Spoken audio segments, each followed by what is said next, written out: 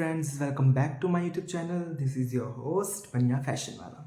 So guys, आज हम जिस टॉपिक पे बात करने वाले हैं वो फैशन इंडस्ट्री का इम्पोर्टेंट टॉपिक है. इम्पोर्टेंट टॉपिक क्यों है? ताकि आप मेरी बातों को ध्यान से सुने और अपना स्कोप से याद आया. अगर आपने मेरी लास्ट वीडियोज़ नहीं देखी हैं तो प्लीज़ जाइए देखिए स्कोप्स इन फैशन डिज़ाइनिंग. तो आज हम जिस टॉपिक पे बात करने वाले हैं वो है role of garment constructor in fashion industry. एक गारमेंट कंस्ट्रक्टर का क्या रोल रहता है बेसिकली इस इंडस्ट्री में. तो अब हम शुरुआत करते हैं कंपनीज़ और ब्रांड से. अगर हम कंपनीज़ की बात करें तो गारमेंट कंस्ट्रक्टर एक पूरी टीम होती है बेसिकली.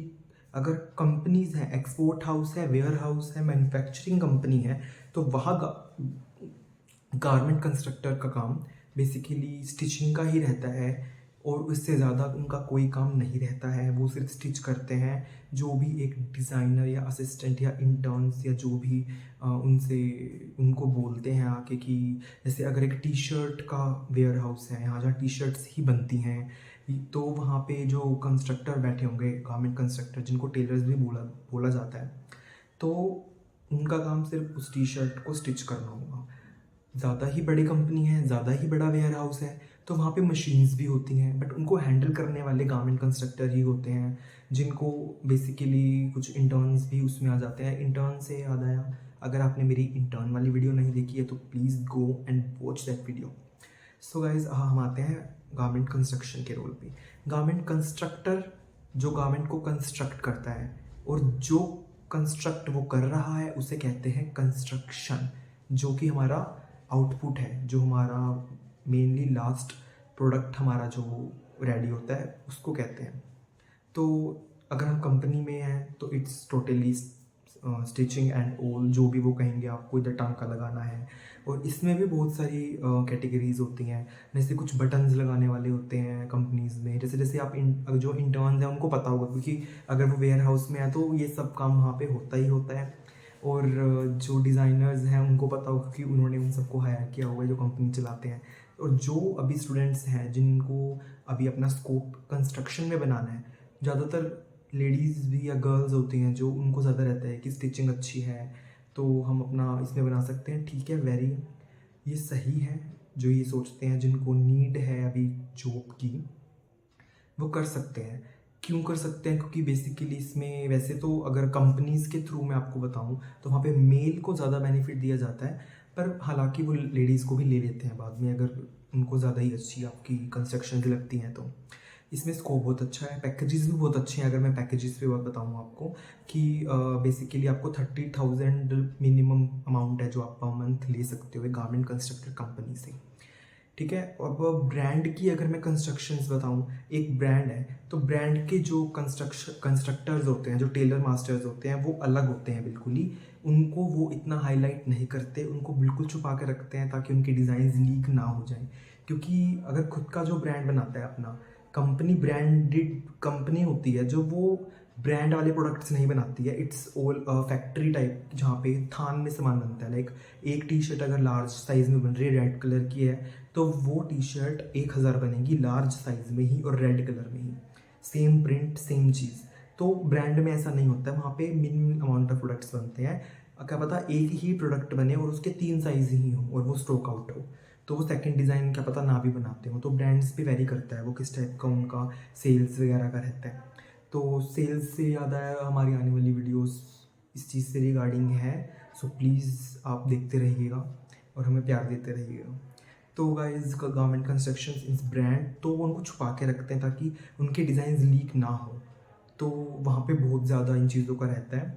क्योंकि जो सारी सिलुएट्स हैं, अगर कोई ब्रांड बेसिकली एक डिज़ाइनर ही ओपन करता है जो फैशन डिज़ाइनिंग की पढ़ाई करके खुद का कोई बुटीक ओपन करता है या खुद की एक ब्रांड स्टार्ट करता है जहाँ पे वो अपने ही लोगों से अपना ही सब कुछ मेंटेन करता है, तो वो सारी की सारी टीम भी एक खुद बनाता है अपने, जिसके अंदर कुछ स्टाइलिंग के भी, अगर वो ज़्यादा हाई ब्रांड बनाना चाह रहा है, या फिर कुछ इंटर्न्स भी वो रखता है अपने साथ जो सेल्स एग्जीक्यूटिव का काम भी करते हैं, फैशन कंसल्टेंट का काम करते हैं.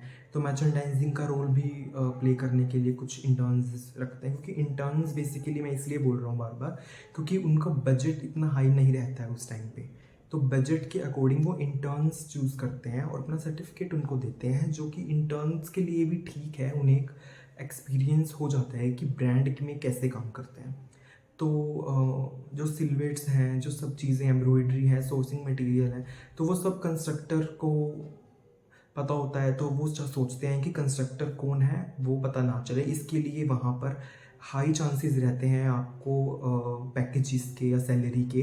तो वहाँ पर आपको अराउंड 50,000 तक भी मिनिमम आपको पर मंथ का पैकेज मिल सकता है। तो वहाँ पे आपकी स्किल्स ही मेनली यूज़ होती हैं। बट एक मेरी बात, वो नॉर्मल टेलर को नहीं बिठाते हैं कभी भी, या नॉर्मल टेलर भी तभी होगा जब उसको 25-30 साल का एक्सपीरियंस होगा, ठीक है। नहीं तो अधिकतर लोगों को वो फैशन डिज़ाइनिंग में जो गारमेंट कंस्ट्रक्शन की पढ़ाई करते हैं उन्हीं को लेके जाते हैं। तो ये रही ब्रांड्स की बात। अगर मैं इंडस्ट्री में बात करूँ, जो बड़े डिज़ाइनर्स हैं जिनके अंडर, तो वहाँ पे भी मैंने देखा है और मैं अपना एक्सपीरियंस खुद बता रहा हूँ, तो वहाँ पे भी पूरी टीम रहती है, एक गारमेंट कंस्ट्रक्टर कभी नहीं होता है। 25-25, 30-30 गारमेंट कंस्ट्रक्टर होते हैं जिनको एक आउटफिट बनाना होता है, और वहाँ पे बल्क में ही बनता है। बल्क में इन द सेंस कि एक आउटफिट है तो वो 15-20-25 बनते ही हैं अलग अलग साइजेस में। चाहे आप किसी डिज़ाइनर की बात ले लें, तो वो खाली एक बना के उसको पैकअप नहीं करते हैं उस आउटफिट का या उस डिज़ाइन का, क्योंकि उनको भी मेनली सेल्स से ही उनका चल रहा होता है। तो अगर सेल्स अच्छी मिल रही है, उनका प्रोडक्ट हिट है, ट्रेंड में जा रहा है, तो it's better for their company और देयर ब्रांड नेम्स।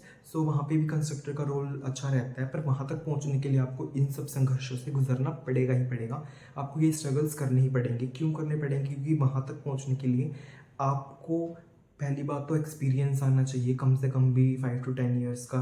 पर जहाँ तक मुझे अभी इतनी नॉलेज होती जा रही है, तो वहाँ डिज़ाइनर्स क्या सोचते हैं, अगर आपका गारमेंट कंस्ट्रक्टर का काम अच्छा है, आप अच्छी कंस्ट्रक्शन करते हैं, अच्छे सिलवेट्स आपको बनाने आ रहे हैं, आपने काम अच्छा किया है, आपका पोर्टफोलियो बेहतर है, पोर्टफोलियो इज़ मस्ट। आप पोर्टफोलियो पे ध्यान दें। मैं आपको बार बार बोलता हूँ, इंटरव्यूअर हमेशा पोर्टफोलियो देखता है आपका। तो पोर्टफोलियो जिनका बेटर होता है, तो वो उन्हीं से इंटरव्यू करते हैं और उन्हीं का काम सोचते हैं कि वो अच्छा। और वहाँ पे आपको प्रैक्टिकल एक एग्जांपल भी बनाने को वो बोल सकते हैं। तो ये भी आप सोच के चलिएगा कि आप पोर्टफोलियो में कोई भी ऐसा डुप्लीकेट या जो आपने नहीं किया वो चीज़ें मत डालिएगा। ये बहुत ही ज़्यादा आपको भरपाई करने की पड़ सकती है कि आप अगर एक फ़ेक पोर्टफोलियो बना रहे हैं, अगर आप सिलेक्ट हो जाते हैं, तो वहाँ पर अगर थिंग्स अच्छी नहीं रहती हैं, things are not going good, तो वो एक माइनस पॉइंट रहता है और आपको तभी की तभी रिडीम किया जा कर सकता है, फायर किया जा सकता है वहाँ से। तो इन चीज़ों पे ध्यान देना। तो गारमेंट कंस्ट्रक्शंस का यही बेसिकली रोल रहता है। बट वहाँ पैकेजेस बहुत हाई रहते हैं, आपको लैक्स में मिल सकते हैं मंथली। वहाँ पे आपको एकोमोडेशन भी देते हैं हाउस की, और बहुत सारे पर्क्स होते हैं, बेनिफिट होते हैं, insurance, health insurance, company insurance, provident fund, travel allowances, ये सब रहते हैं जो कि बड़ी बड़ी कंपनीज़ में, टेक की कंपनीज़ में मिलते हैं। तो ये सब चीज़ें होती हैं, बट एक स्ट्रगल आपको करना पड़ता है 0 से 10 तक पहुँचने के लिए। तो फ़िलहाल गारमेंट कंस्ट्रक्शंस में यही सारे स्कोप्स रहते हैं गाइस। इससे ज़्यादा कुछ नहीं है। अगर आप खुद का एक बुटीक ओपन करना चाह रहे हो तो वो भी ठीक है। अगर आप लोअर बजट से स्टार्ट कर रहे हो, खुद से ही डिज़ाइन करते हो और आपकी कंस्ट्रक्शन अच्छी है, तो इट्स बेटर फॉर यू और योर ब्रांड।